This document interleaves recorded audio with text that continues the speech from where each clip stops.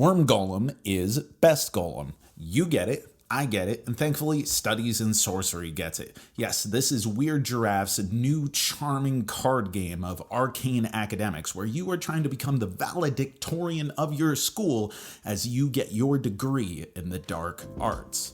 The basic flow of the game is that over 16 rounds, split up 4 apiece over 4 months to make up the semester, players are enrolling in various classes, then obtaining components necessary to complete those classes, awarding them credits, aka points, as well as ongoing immediate or activatable abilities.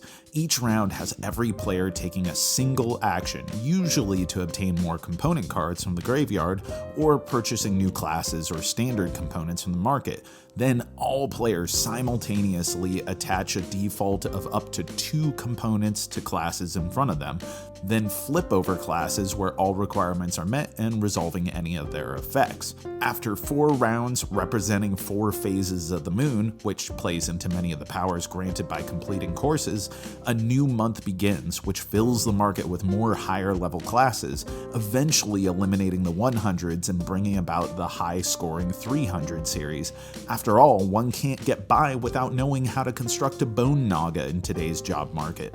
When month 4 ends, so does the game, and the player with the most points from their completed courses, any extra credit or demerit tokens from using special or substandard materials, and a secret objective card chosen at the beginning of the game, wins. So you got your witchcraft classes, you got your macabre materials. One of the best things I can say about this game is that for what is ultimately an abstract point chaser, it sells its theme extremely well.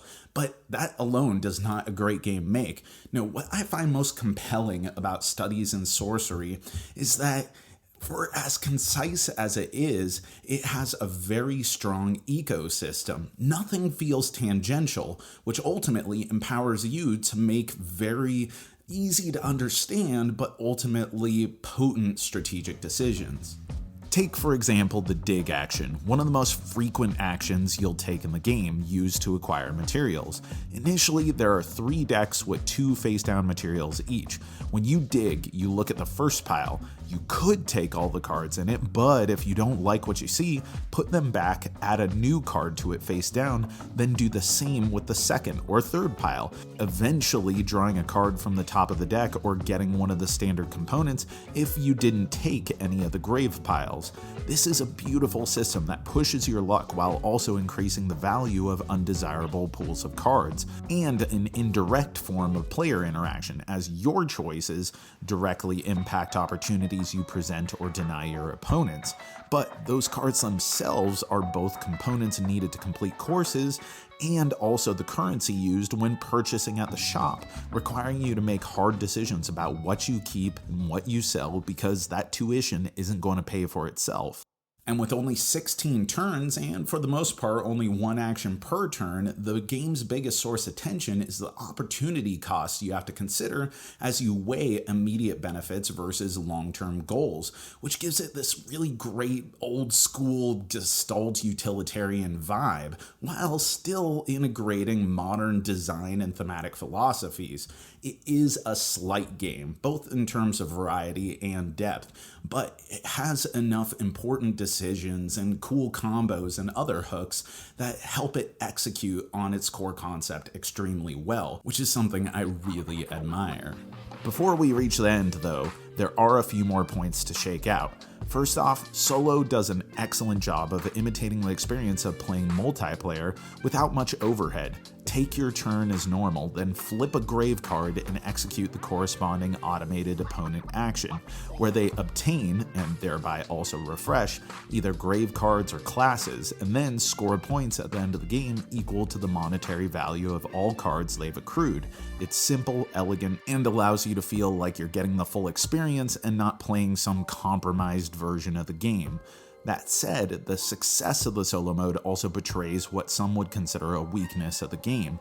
The only real player interaction comes from taking something someone else might want, and rarely does an action taken by someone else truly throw a wrench in your plans. If you like high player interaction in your games, this is going to feel too passive.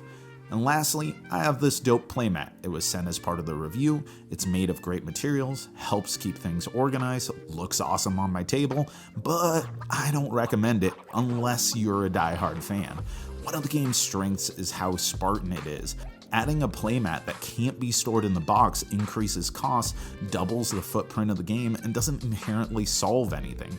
Luxurious? Yes. Necessary? Far from. I like playmats as much as the next Warlock, but as much as I enjoyed this game, it made very little difference for me. So, for a concise, approachable, and mostly friendly card game of black magic and necromancy, Studies in Sorcery really surprised me. It's fun, energetic, and engaging, maintaining a really appealing cohesiveness in both mechanisms and theme. And that is our review. Thank you so much for watching. I've been Jack for the Cardboard Herald.